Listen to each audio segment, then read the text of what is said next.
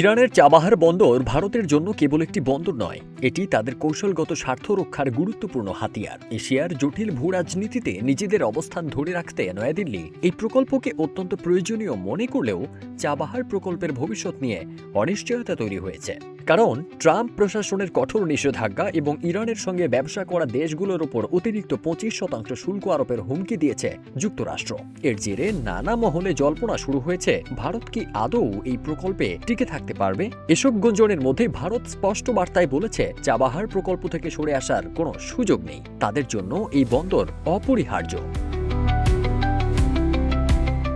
নয়াদিল্লির কাছে চাবাহার কেবল একটি বাণিজ্যিক বন্দর নয়, এটি ভারতের ভূরাজনৈতিক কৌশলের একটি গুরুত্বপূর্ণ স্তম্ভ।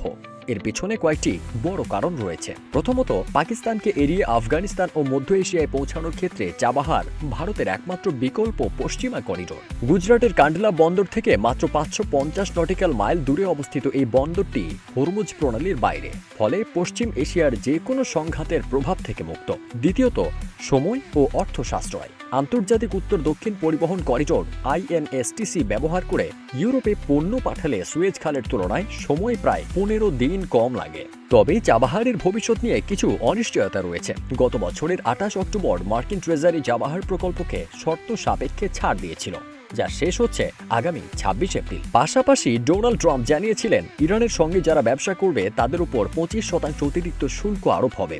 বর্তমানে ভারত ও ইরানের মধ্যে বছরে $1.6 বিলিয়ন বাণিজ্য চলছে। ভারতের দাবি, নিষেধাজ্ঞার প্রভাব সামান্য হবে, তবে দীর্ঘমেয়াদী বিনিয়োগ ও কৌশলগত স্বার্থের প্রশ্নে চাবাহার অপরিহার্য। 2024 সালে ভারত ইরানের সঙ্গে 10 বছরের একটি চুক্তি স্বাক্ষর করেছে। এর আওতায় India ports global limited IPGL চাবাহারে $370 million বিনিয়োগের প্রতিশ্রুতি দিয়েছে। এছাড়া ভারত সরকার ইতিমধ্যেই $120 মিলিয়ন স্থানান্তরের প্রক্রিয়া শুরু করেছে। নয়াদিল্লি এখন এমন পথ খুঁজছে যাতে মার্কিন নিষেধাজ্ঞা মেনে চলা যায় এবং চাবাহারের কাজ যেন না থামে।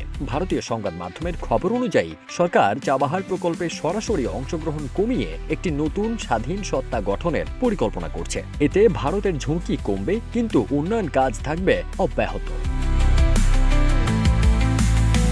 2030 সালের মধ্যে ভারত যখন $10 ট্রিলিয়ন অর্থনীতি হওয়ার স্বপ্ন দেখছে, তখন চাবাহারের মতো স্থিতিশীল বাণিজ্য পথ ছাড়া কোনো বিকল্প নেই।